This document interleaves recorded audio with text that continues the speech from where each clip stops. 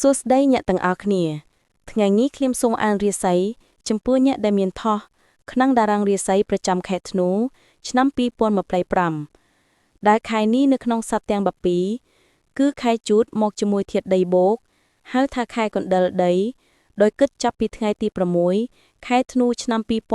2025ដល់ថ្ងៃទី4ខែមករាឆ្នាំ2026ខែនេះជាខែជូតឆ្នាំម្សាន់ត្រូវនឹងខែធ្នូឆ្នាំ2025នេះអ្នកមានថោះក្នុងតួរាសីជាបុគ្គលដែលមានសតិបញ្ញាស្មារតីល្អមានភាពច្នៃប្រឌិតខ្ពស់ក្នុងការដឹកនាំក្រុមការងារឬអាជីវកម្មឲ្យបានទទួលលទ្ធផលល្អប្រសើរប្រកបដោយថ្មីមាត់មានស្នេហ៍របស់ខ្លួនក្នុងករណីដែលមានថោះក្នុងតារាងរាសីម៉ោងថ្ងៃខែនិងឆ្នាំហើយមានធាតុត្រួយកាយជាធាតុដីនិងធាតុទឹកឬតែធាតុដី